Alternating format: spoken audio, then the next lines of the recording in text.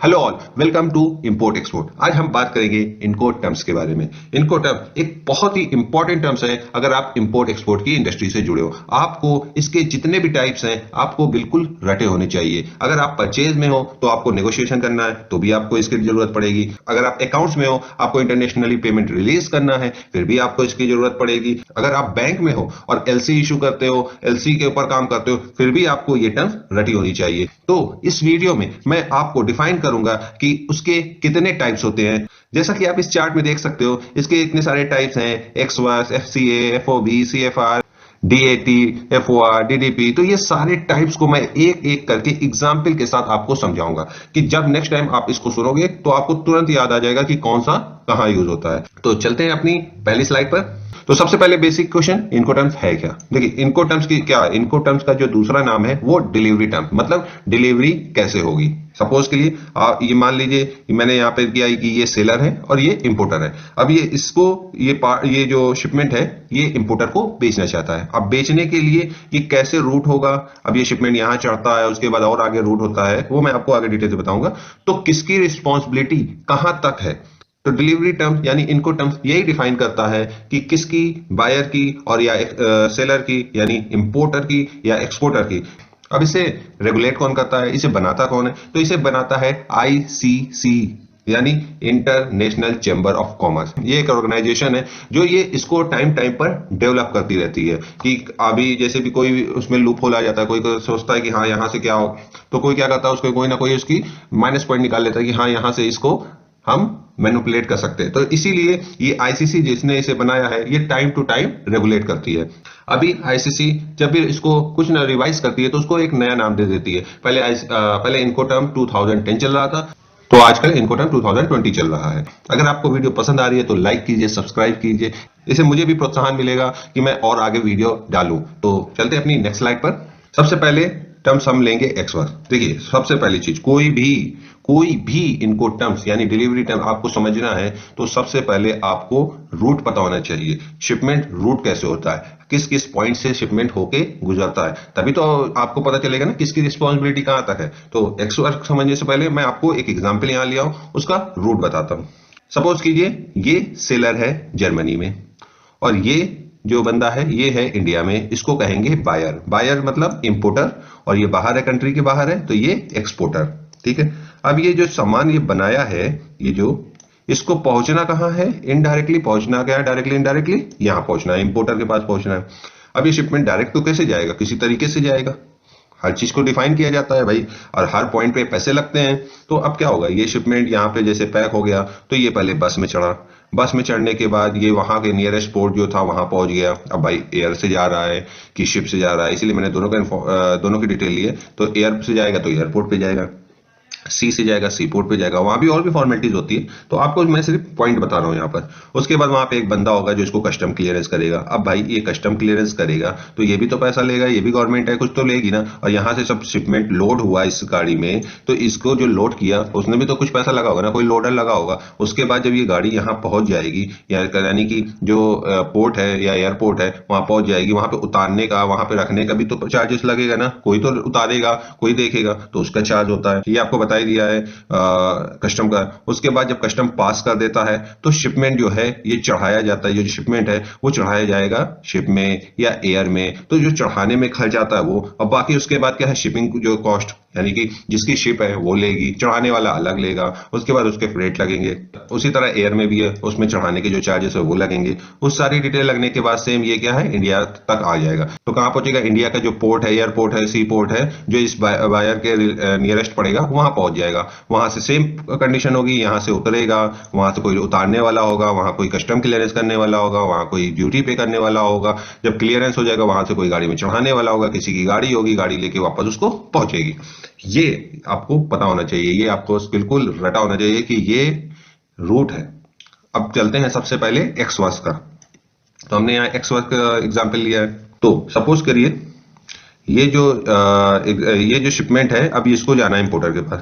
तो सेलर ने क्या कहा कि भाई हमने ये आपको प्राइस दिया है, ये एक्सवर्स बेसिस है। मतलब एक्सवर्स बेसिस मतलब हम शिपमेंट को बना के पैक करके रख देंगे, उसके बाद की हमारी जिम्मेदारी खत्म। आप अपनी गाड़ी भेजिए, वो आएगा, लोड करेगा, वहां से ले जाएगा, वहां के बाद जितने पॉइंट पे जितना कॉस्ट लगेगा सब आपका, हमारा जिम्मेदारी खत्म। मतलब इसने फैक्ट्री में बनाया, बनाने के बाद शिपमेंट जो है इस गाड़ी में चला गया, चले जाने के बाद उसकी जिम्मेदारी खत्म हो गई, उसकी बनाने के बाद ही खत्म हो गई, चले जाने के बाद पहले ही बल्कि। तो ये आपको समझ में आ गया एक्सवर्स क्या है, मतलब सारी रिस्पॉन्सिबिलिटी आई इंपोर्टर की। तो नेक्स्ट देखते हैं, दूसरा है एफसीए या एफओबी, दोनों का मैं आपको डिटेल से बताऊंगा। देखिए अब सेम एग्जांपल हमने लिया है, शिपमेंट बनके तैयार हो गया, तो अब उसने क्या कहा, सेलर ने ऐसा है ठीक है मैं तुमको जो शिपमेंट दूंगा वो एफसीए पे बेसिस दूंगा। पहले मैं एफसीए का बताता हूँ, एफसीए और एफओबी में आपको डिफरेंस भी समझ में आ जाएगा। एफसीए में क्या होगा, वो शिपमेंट बना के रख देगा, बनाने के बाद वो अपना ही बंदे से वो गाड़ी में लोड करा देगा, लोड कराने के बाद अगर वो एफसीए है वो गाड़ी को ले जाके एयरपोर्ट पर रख देगा।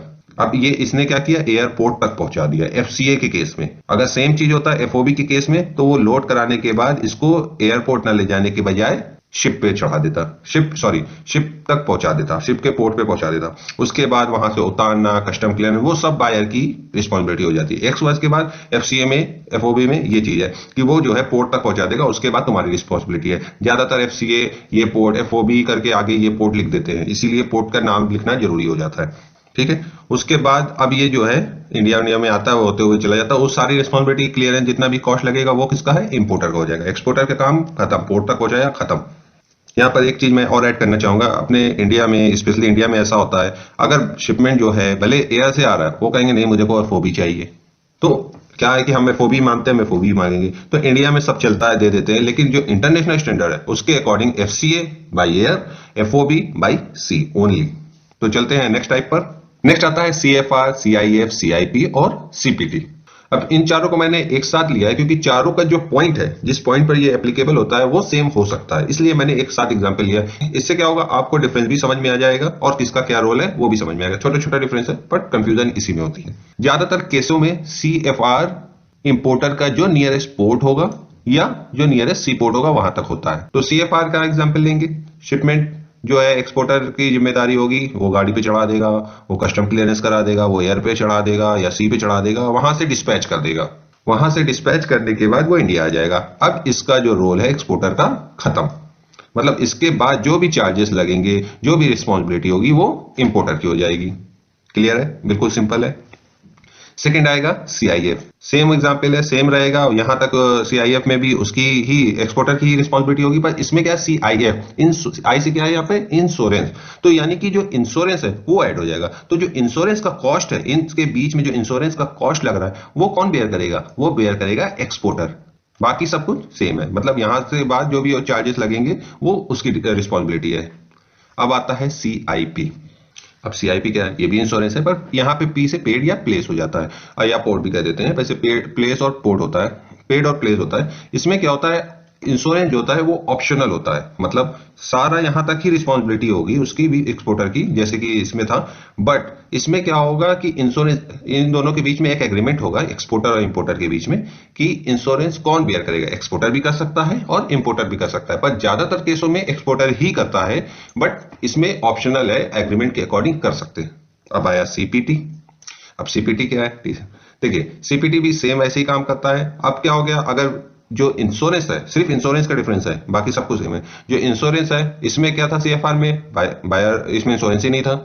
सीआईएफ में क्या था, इंश्योरेंस एक्सपोर्टर ले रहा था। सीआईपी में क्या था, ऑप्शनल हो गया। अब बायर भी तो हो सकता है, इंपोर्टर, जो इंपोर्टर है वो भी तो हो सकता है कि इंश्योरेंस पे करे। तो इस केस में जो पे करेगा, कौन करेगा पे, वो इंपोर्टर पे करेगा इंश्योरेंस, यानी कि यहां से उसने डिस्पैच कर दिया, बाकी जो इंश्योरेंस का कॉस्ट वगैरह है वो इंपोर्टर का हो गया। और उसके साथ साथ लोडिंग अनलोडिंग जो यहाँ पर होती है वो भी होता है। मतलब सीएफआर में एक्सपोर्ट किया, शिपमेंट यहां से डिस्पैच हुआ, खत्म हो गई इसकी जिम्मेदारी। पर सीआईएफ, सीआईपी और सीपीटी में पहुंचाना है क्योंकि इंश्योरेंस भी है। तो ये डिफरेंस होते हैं इसमें। होप आपको समझ में आया होगा। अगर वीडियो पसंद आ रही है तो प्लीज लाइक और सब्सक्राइब कीजिए। तो चलते हैं अपने नेक्स्ट स्लाइड पर। नेक्स्ट आता है डीएटी, यानी delivery at terminal, delivery at place, कि जिस प्लेस के नाम करते हैं। यहाँ पे एक लोग और यूज करते हैं डीडीयू, डिलीवरी ड्यूटी अनपेड, यानी ड्यूटी नहीं होगी, ठीक है। अब टर्मिनल में, यानी कि जो टर्मिनल है, जो पोर्ट है, वहां तक की डिलीवरी एक्सपोर्टर कर देगा। पर प्लेस, अब सपोज कीजिए इंपोर्टर जो है वो दिल्ली में रहता है और उसका जो फैक्ट्री है वो गुड़गांव में है, तो वो उसने अगर डिलीवरी टर्म ये लिख दिया कि डीएपी गुड़गांव, तो इसकी जिम्मेदारी हो गई कि इस शिपमेंट को गुड़गांव तक पहुंचाना। अगर पोर्ट तक लिखता तो पोर्ट होती, लेकिन अब उसने यहाँ पे क्या करती है, मेरी फैक्ट्री है वहां तक पहुंचाओ। लेकिन इसमें ड्यूटी जो होगी, वो जो ड्यूटी होगी वो पे करेगा कौन? इंपोर्टर। इंपोर्टर पे करेगा। वो यहां से शिपमेंट होते हुए मूव करते हुए इंडिया आ जाएगा, इंडिया में कस्टम क्लियरेंस वगैरह होते हुए यहां तक चला जाएगा, सब कुछ हो जाएगा। लेकिन जो ड्यूटी लगेगी वो, और उसके बाद ड्यूटी से बाद जो यहां तक वगैरह जो चार्जेस है वो ऑप्शनल होता है। लेकिन ज्यादातर केस में एक्सपोर्टर होता है, क्योंकि इसने क्या कर दिया, इसने ड्यूटी अपना प्लेस ही सिलेक्ट कर लिया कि भाई DAP गुड़गांव, तो मैं भाई आप पे करो, हम सिर्फ ड्यूटी पे कर देंगे, टैक्स कर देंगे, और क्या करेंगे, इससे ज्यादा हम कुछ नहीं करेंगे। तो आपको समझ में आ गया होगा, इसीलिए DDU भी होता है। चलते हैं नेक्स्ट। अब नेक्स्ट है DDP, delivery duty paid and FOR। Last वाले में क्या था, सारी डिलीवरी कर देता था। सपोज करिए इसने क्या किया था, DDP गुड़गांव दे दिया, तो DDP गुड़गांव, एक्सपोर्टर का क्या जिम्मेदारी, DDP गुड़गांव तक ही डिलीवरी करेगा, लेकिन जो ड्यूटी लगी वो भी वही पे करेगा। ये कब यूज होता है, ये ज्यादातर तब यूज होता है कोई सैंपल आ रहा है, कोई फ्री ऑफ कॉस्ट आ रहा है, तो पूरा जो चार्जेस बेयर करता है वो ये कर लेता है। मतलब इसका कोई रोल ही नहीं ना भाई, हमारे फैक्ट्री तक तुम पहुंचा के दो, इसका मतलब होता है डिलीवरी ड्यूटी पेड। जितने भी चार्जेस लग रहे हैं, लोडिंग अनलोडिंग, यहाँ क्लियरेंस, उसके बाद लोडिंग, वापस से फैक्ट्री तक पहुंचे, सारा एक्सपोर्टर बेयर करेगा। अब FOR क्या है, फ्री ऑन रोड। देखिए FOR जो है ना, वो कोई टर्म्स ऑफिशियली है ही नहीं, इनको टर्म्स नहीं है ये, इसको ICC ने डेवलप नहीं किया, इसको हमारे इंडिया में डेवलप कर दिया गया।